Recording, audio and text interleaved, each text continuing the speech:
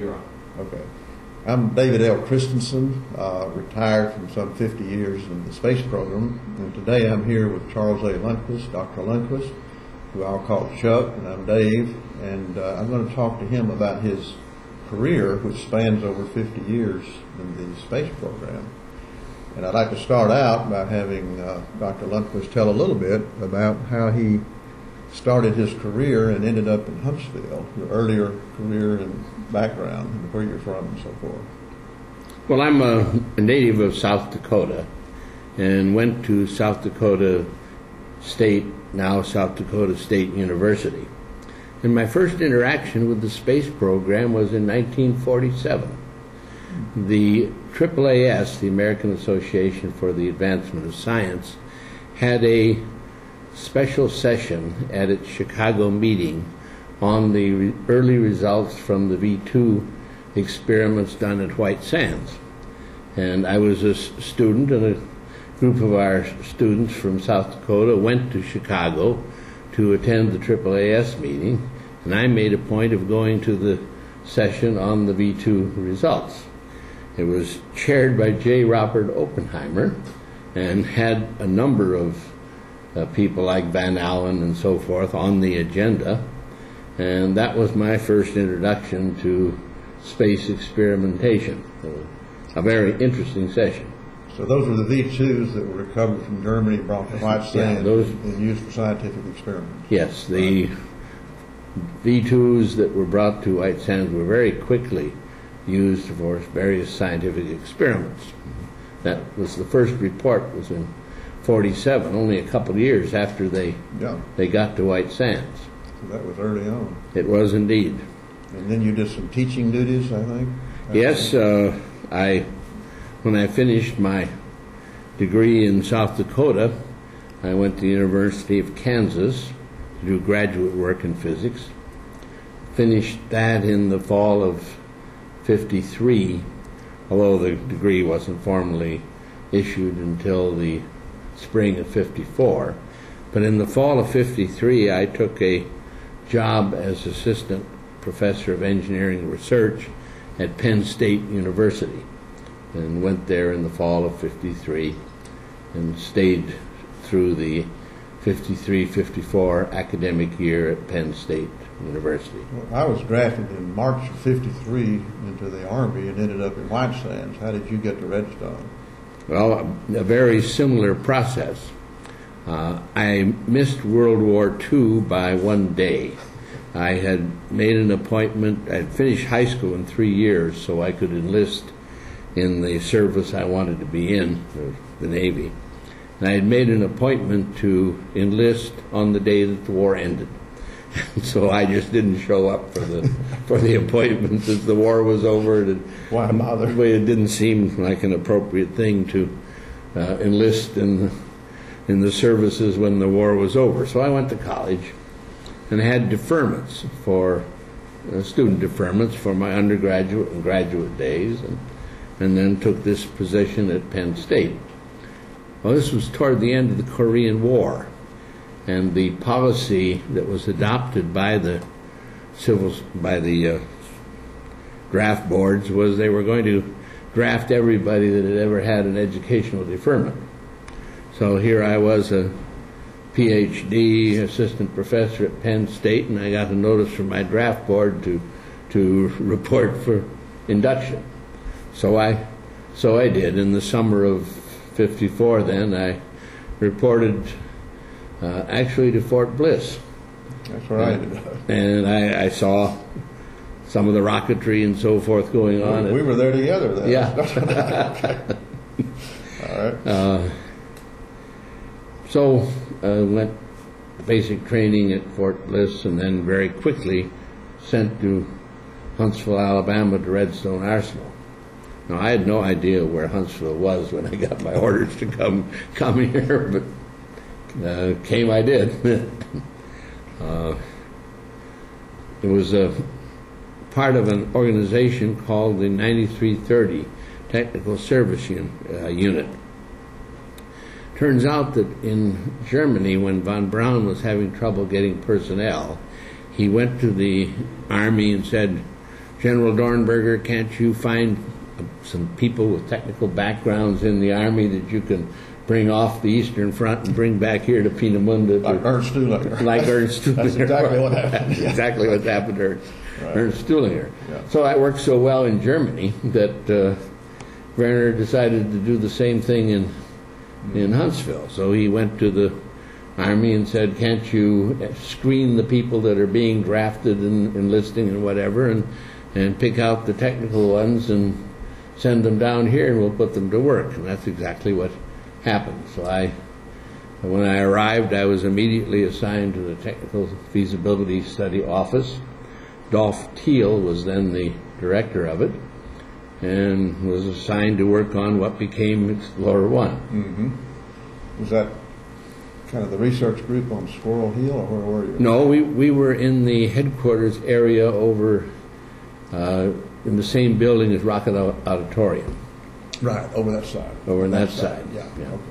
And then a fellow named Bruce Medeiros came along in '56, and ABMA started really making things happen for Redstone and Jupiter programs. Could you tell a little bit about the ABMA days? Yes. I was still in the Army when ABMA was being formed, and got to know actually met General Medeiros fairly early and was at some meetings with him. In the summer of '56 then, I was discharged from the Army after my 2 years were over, and one day I just changed clothes and got about a tenfold increase in my salary. Same job, same everything, didn't change. That's when I ended up here, is February '56, the week that ABMA started. Yeah. So I was coming into that same group at that time. So when ABMA was formed, I was part of the... Were you under Stuhlinger at that time? No, yes, by then Dolph Thiel had left to go to TRW, I believe, and Ernst Stuhlinger had been appointed the director of the Technical Feasibility Study, later the Research Projects Office. When did it become Space Science Group? Was that later? Space Science? That was quite a bit later. Later, yeah. That was after Marshall was formed. Okay. So let's talk about ABMA a little bit, and that was a very exciting period, and I was involved in Explorer 1, but on the bottom end, propulsion side of it. And you were on the upper end and involved in Explorer 1. Could you tell us a little bit about that? And I have a prop here when you're ready for it. All right. Well, Explorer 1 was an interesting enterprise. My principal role was involved in the orbit determination issues, how to decide whether the satellite was in orbit, how to track it, how to handle the orbit part of the project. Was Herman Oberth directly involved in that too? He was here at the time. Herman came just a little bit later. Okay. He was involved in the overall. He was a consultant to ABMA, I think. No, he was there for a couple of years. Yeah, in fact, he was in the same room I was at the building with the Rocket Auditorium. So he and I and some other people shared a big bullpen, kind of an office, and my desk was near Herman Oberth. So we got to know him. But you eventually moved over into the ABMA area. We eventually moved over to the ABMA area. Where Space Science is now, or was it? No, we were in the building that is, I think maybe it's now the RISC. Oh, that building. Yeah, that building. Sure. Yeah, that building. Yeah. A lot of people in there. Right? Yeah. We were in that building. Right. Explorer 1, I'd like you to tell a little bit about what that event and some of your involvement and impressions of what happened when that was put into orbit. That was the first American satellite, so that was a very dramatic time in our history. I've got here the strip chart recorder that shows the timelines and how that was done, and I think it was done manually. I think that's kind of quite a story. Yeah, there were lots of preparation before even that happened. For instance, we wanted to test the Doppler tracking system, and some of the optical tracking schemes that didn't actually end up being used on Explorer 1, but they were candidates for being used. So even in the summer of 56, I guess it was, I was responsible for a rocket test program testing some of the equipment that would go on Explorer 1 out at White Sands. We used a rocket that was made of a cluster of Loki, a composite of a cluster of Loki rockets.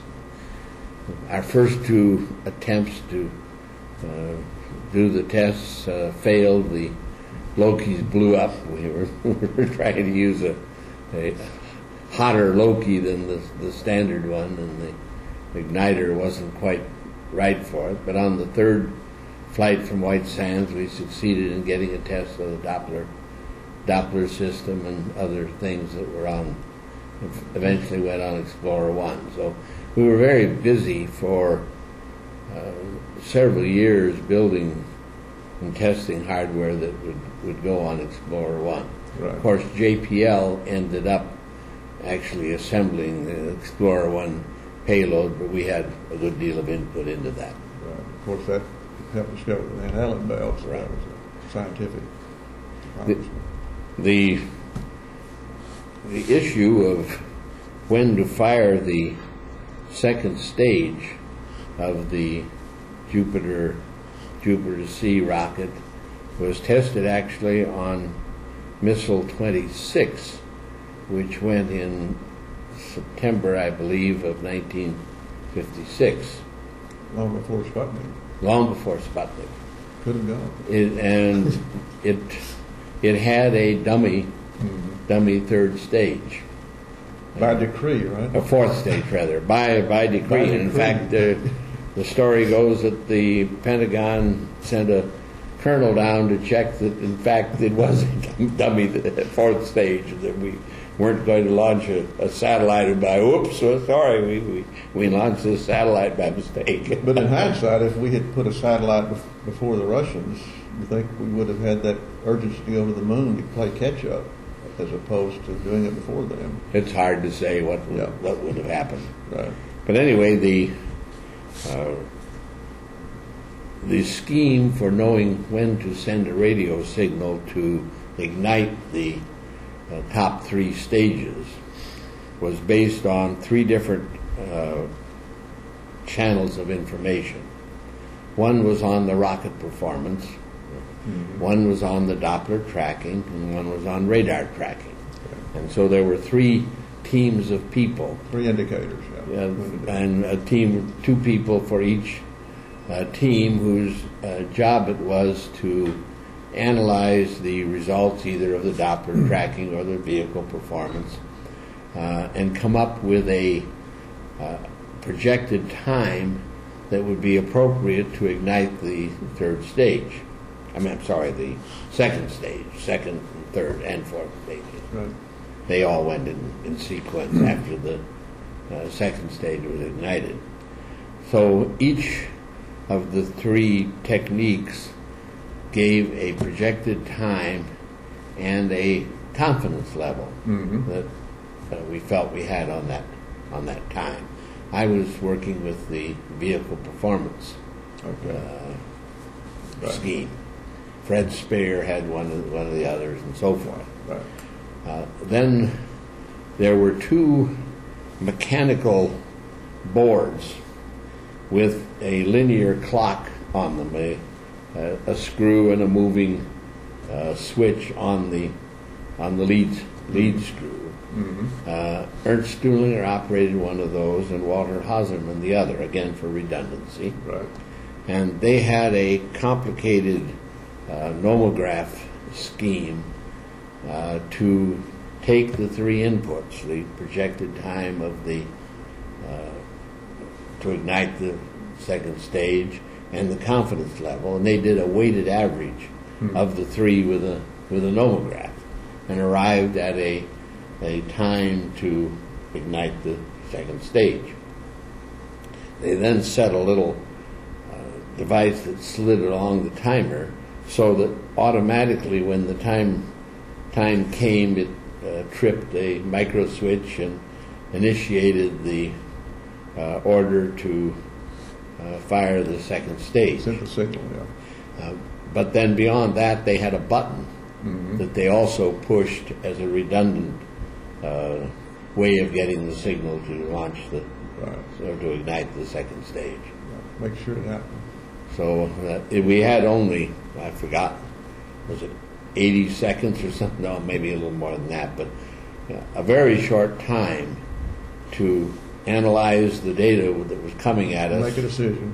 Make a decision. Give a time and a confidence level. I remember I had a recorder paper coming at me at several feet a second. On the performance data, yeah. On the real rocket performance data. Right. And I'd grab a piece of it, read off a number to my assistant, and by then there a bunch more paper would come, and I'd grab another piece, and we used again a nomograph. We didn't use computers; weren't very prevalent then. And I used a nomograph to come up with a time and a confidence level, and pass that on then to Struhlinger and Hauser. Finally, they hit the button and it worked. And finally, they hit the button and it worked. But you didn't know it worked. We didn't know. Yeah, you didn't know. You just hit the button. So when did you really know it was in orbit? Well, I was part of a second team. There was a team whose job it was to, in fact, decide whether or not it was in orbit. And Fred Spare and I, Dr. Fred Spare and I, were the representatives from the Army. JPL had Al Hibbs and Fred Eimer and Homer Joe Stewart from JPL was the sort of the chairman of the group. So there were roughly the five scientists, the five of us, and then there were another half dozen or so girls who were very good at operating hand computers. And so we had prepared how to do the computation of whether the satellite was in orbit, what orbit it was in, and so forth. But it was all done with hand computers and ladies at the keyboard who were very facile at punching things in a hurry. You was trying to pick up signals as it went around, if possible. Yeah. So there were that orbit determination team was in a room in one of the buildings behind the hangar there, where all the preparations had been made for Explorer 1. Right. And the room had an access list, and the only people on the access list were those that were actually doing the calculations. So we got in there, and we started looking at the radar data and the Doppler data and so forth from the Eastern Test Range, from the launch phase. And we analyzed it, and it looked very nominal. Looked like everything had gone exactly as it should. So there was a poll of the five of us, and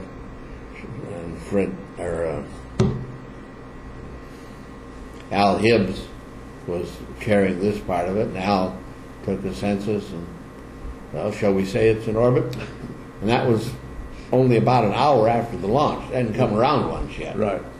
And we all looked at our data and said, yeah, it all looks nominal. I can't see how it can be otherwise. So, meanwhile, out in the hallway, outside, not on the access list, was General Medeiros and his whole entourage, and they were pacing back and forth down the hallway. Waiting for a baby. waiting for us to say something. Yeah. So Al Hibbs opened the door and says, General, it's in orbit. And Medeiros says, let's go to the press conference. So they had waiting right outside the building a whole series of MP cars and other cars. And Al said to the Homer Joe and Al and Fred Eimer and Fred Spare and myself, let's go. So we got in one of the cars with the entourage, with the general up front, sirens going like mad, and we went from the launch area down to the auditorium down at Patrick Air Force Base. Right. Down at the auditorium, all the press was set up, all kinds of television cameras, and the Air Force general who commanded Patrick Air Force Base was there, sort of in a holding pattern, keeping everybody happy, and then we arrived. And on the way down, the five of us were talking. Said, well, one of us should get back in touch with the data center, the calculation center, and get, because that's where the word will come when the satellite comes around to Goldstone tracking station that JPL had in California, and that'll verify that it come around. Yeah. Well, I got that role, so Okay. and across the back of the big auditorium there, they had set up one telephone booth after another. The whole back wall was covered with telephone booths, and so I went first to try to use an official telephone. They were all tied up. The first one I tried to get on, the Secretary of the Army was on the other end of it already, and I couldn't use it.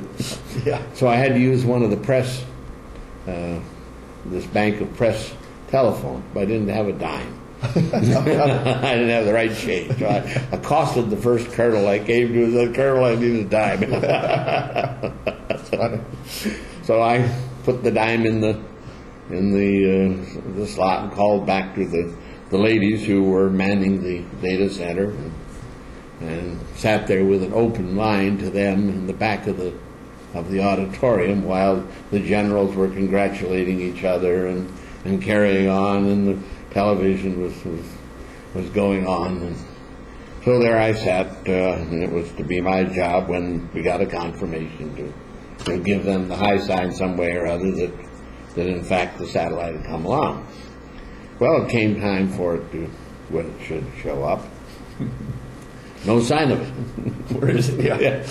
And so 5 minutes passed, and still the girls who were in touch, or ladies who were in touch with Goldstone, Goldstone said it hasn't come. No We've got no signal. Finally, as I recall, about 8 minutes after the projected time that it should have come around, Goldstone picked up the signal. But I was getting greener by the minute as I sat back there, because after 5, 6, 7 minutes, pretty soon I was going to have to go up and tell all those generals that were congratulating each other, sorry fellas, it didn't go in orbit. Did it have a higher orbit? It took longer? Yeah, as it turned out, it had a longer orbit than was predicted.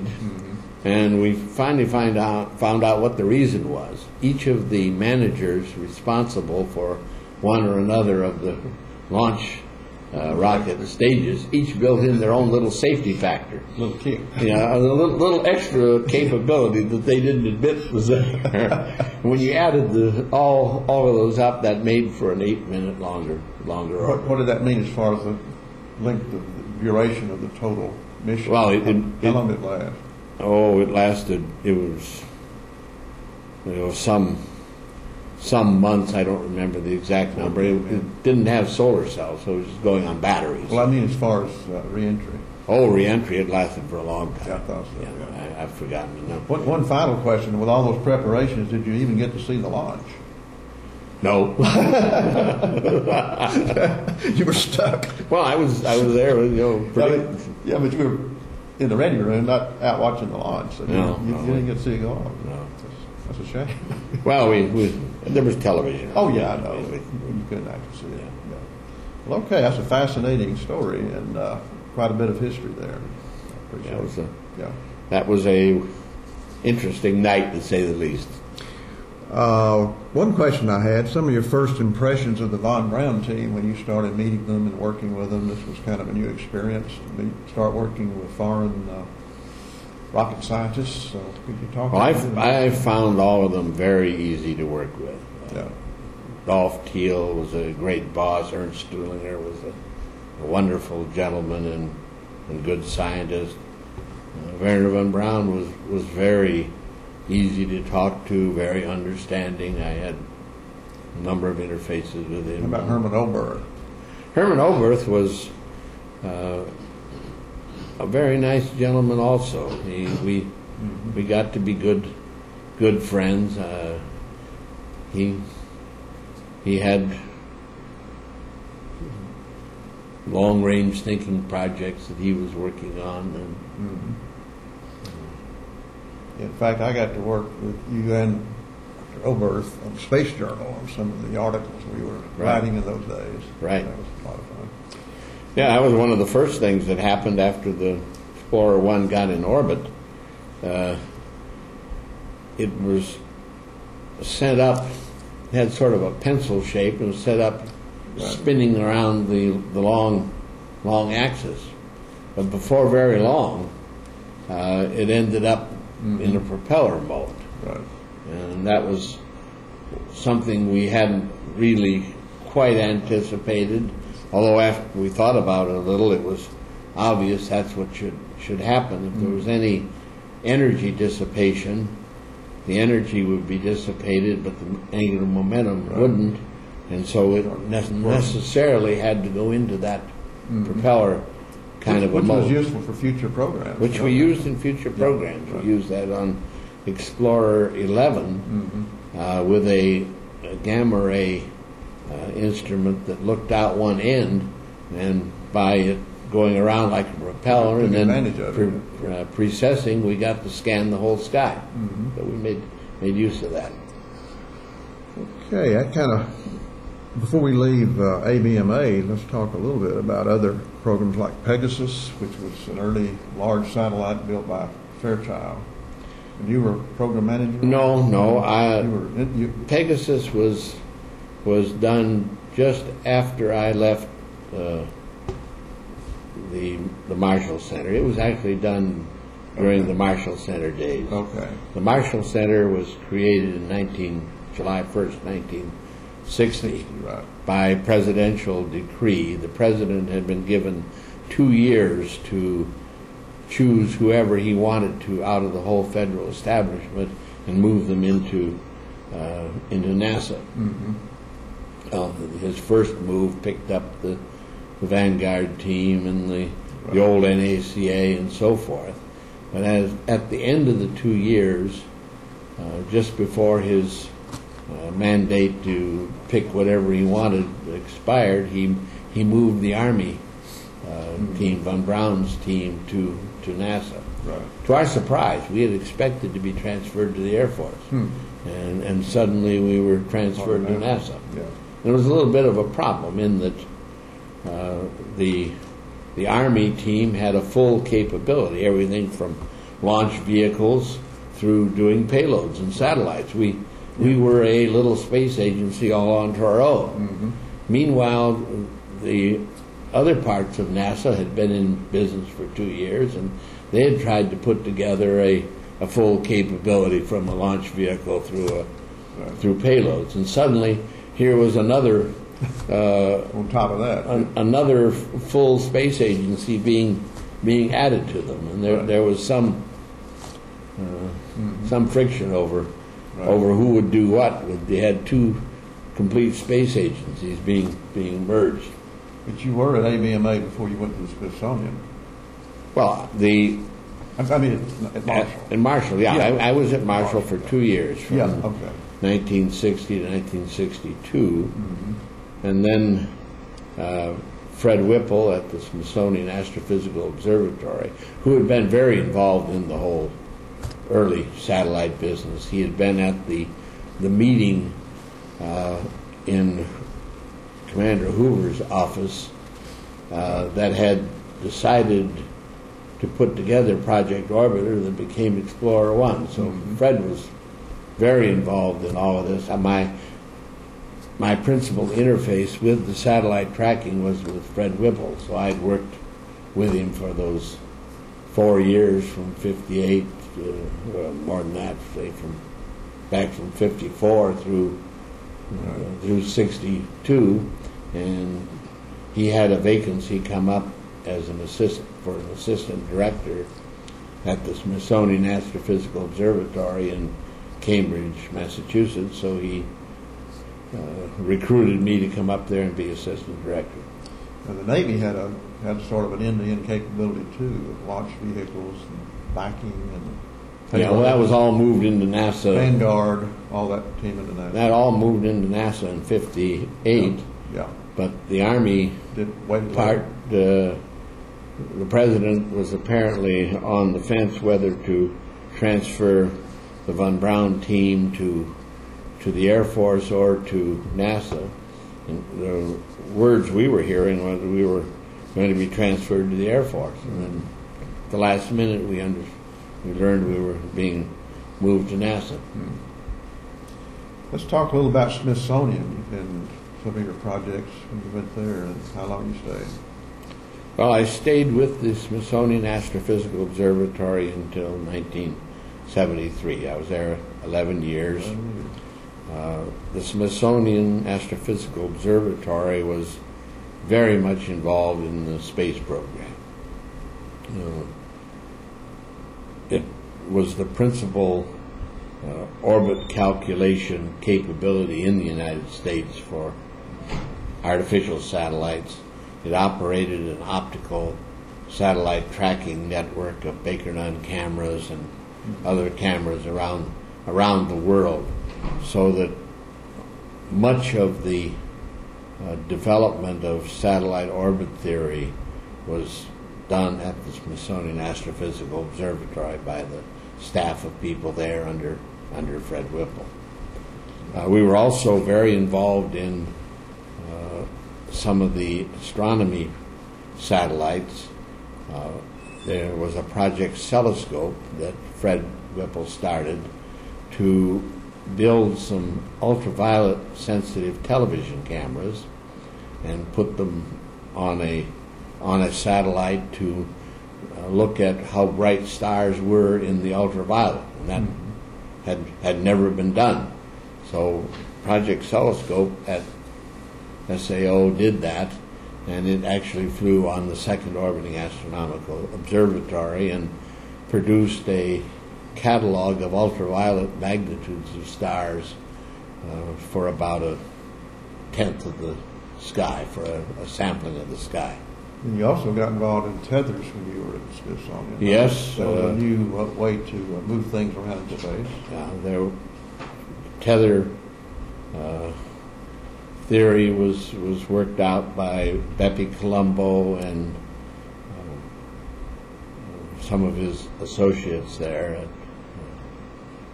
So that was kind of independent of NASA before NASA even got. Oh yeah, that was your own. That got started there.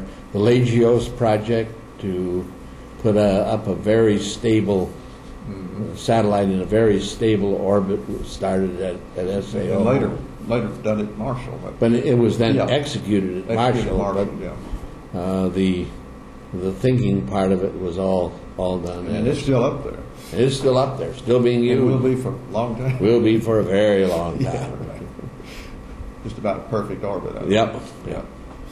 Okay. Let's move on. Then you came back to Marshall, and particularly you worked on Skylab and space station programs later on. Yeah, I came back to Marshall due to some very unfortunate circumstances. The director of the Space Sciences Lab at Marshall, Gerhard Heller, a very good friend of mine, I was in his carpool. was killed in an automobile accident. Right. And so I was recruited by the Marshall machinery to come back to Marshall to head the Space Science Laboratory. Right. It was an exciting challenge because Skylab was just launched and a lot of science was going to be done on Skylab, so that was an opportunity I didn't want to miss being involved in that, so I came back. Sort of a funny story about when I arrived. Shortly, in the spring of '73, Comet Kohoutek had been discovered, and it was predicted to be going to be a very interesting and bright object, and so one of the things, of course, I had an Astrophysical Observatory, and we were concerned with was how to observe it. So, as Assistant Director for Science at SAO, I was putting together a coordinated plan of how we would observe the comet from our various observation sites and so forth. So on the last day I was at SAO, Friday afternoon, just before I left, I had my last meeting with people at SAO on what to do about Comet Kohatek and how to observe it. Right. So I stuffed all those papers that I got through with that day in my briefcase, and I headed out to drive over the weekend to the Marshall Center. Mm-hmm. So I arrived on a Monday morning, had a brief meeting with the director then. No, it was Reese? No. Patron? Patron. Okay. With Patron.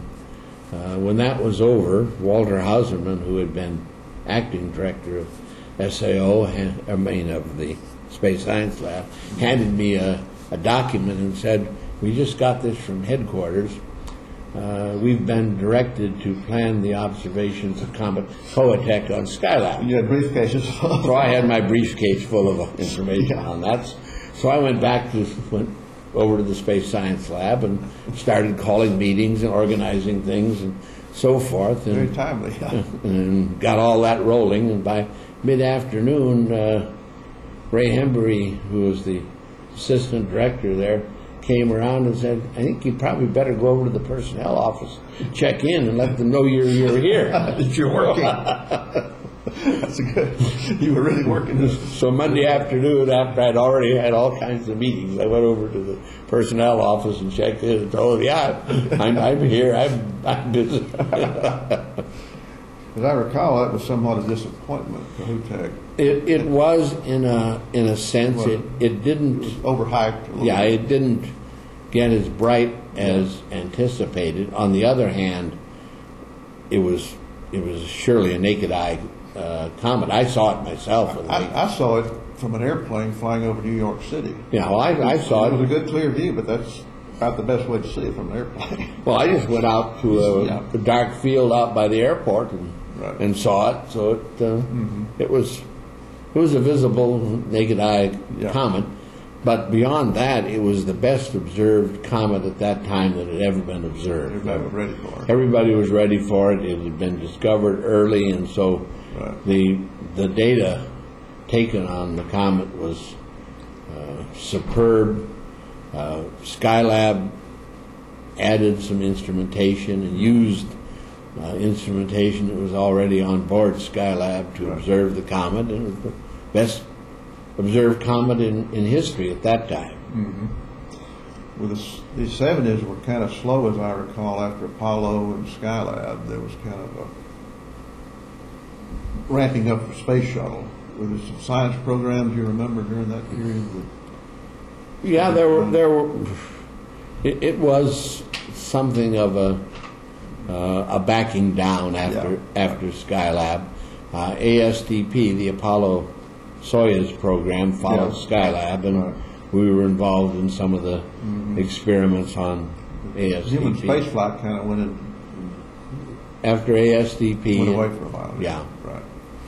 And then you left Marshall and joined UAH in 81. Yeah, in 81, there was an opportunity for an early retirement. By then I had 29 years of civil service in, so I was only 1 year short of being able to retire any time I wanted to, but they had an early out option. At that time, it was during the Carter administration, and there was this tremendous pileup of salaries. Everybody in any kind of a management role got the same pay. So my boss and I got the same pay. My branch chiefs got the same pay. The division chiefs got the same pay. The branch chiefs got the same pay. Even some of the individual scientists were at the same pay salary. And that was Carter's dislike of civil service. So he let that pile up happen, sort of to discourage people from staying in civil service. You know, I didn't see much prospect for going anywhere given that attitude in the government, and with an early out opportunity, I took the early out opportunity and moved to University of Alabama, Huntsville. Now, that wasn't a very hard move, since I'd been involved with UAH from the beginning. During the Army and early Marshall days, I'd been on a thing called the Graduate Study Steering Committee that had in fact been instrumental in getting UAH going. Basically, we went down to the university and took President Rose by the scruff of the neck, more or less, and gave him a proposition.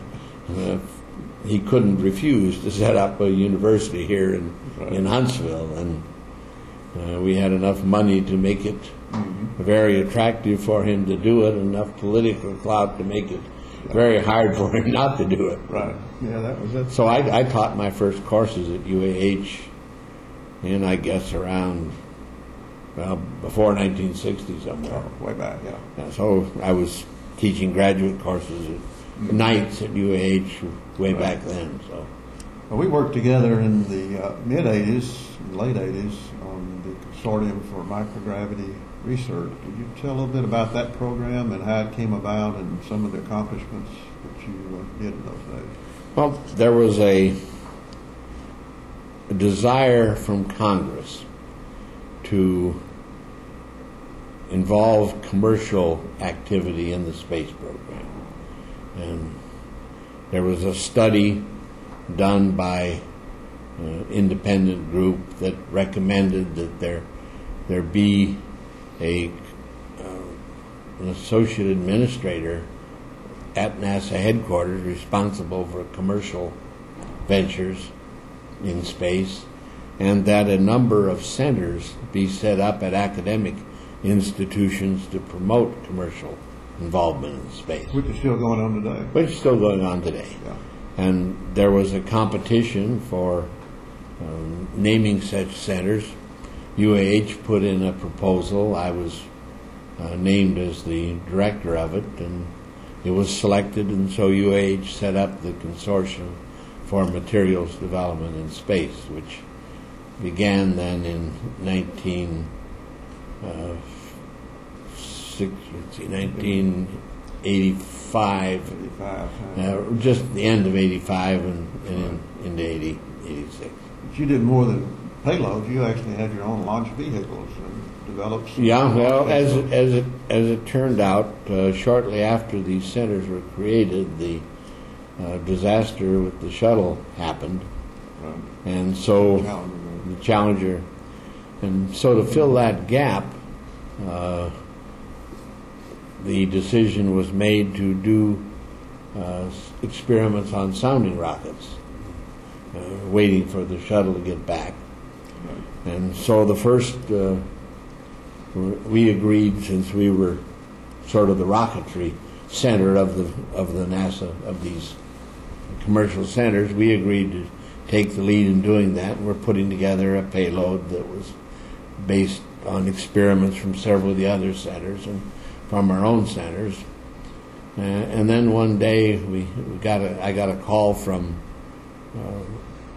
Jim Rose, who was the assistant administrator for the commercial program, and said, "Could you buy your own rocket and do the program?"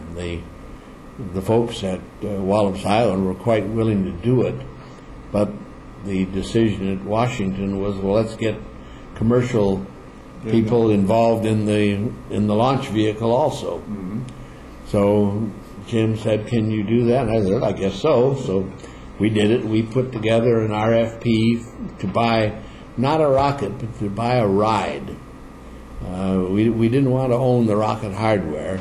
We wanted only to contract for a ride. We took a bus ticket, right? Yeah, or a plane ticket. Plane ticket, yeah.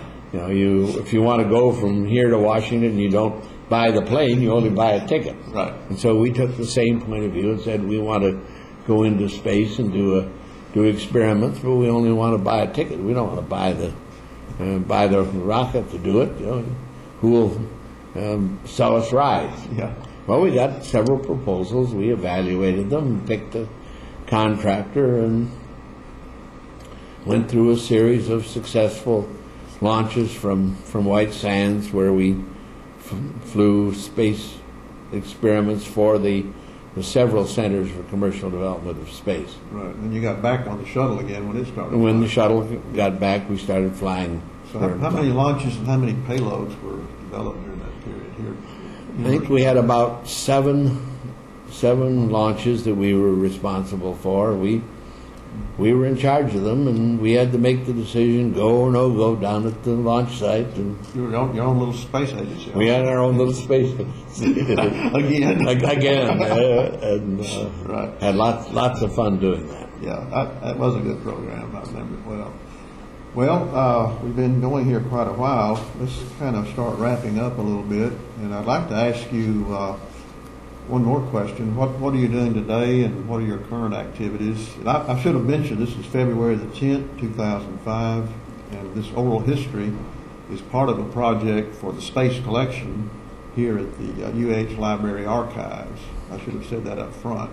Would you elaborate on that a little bit, what we're doing here? Yes, indeed. Well, after being at UAH long enough to do a second retirement, I had retired from Marshall, of course, as I discussed, and then I was in a position to retire from UAH. So I was a retiree from both Marshall, NASA, and UAH.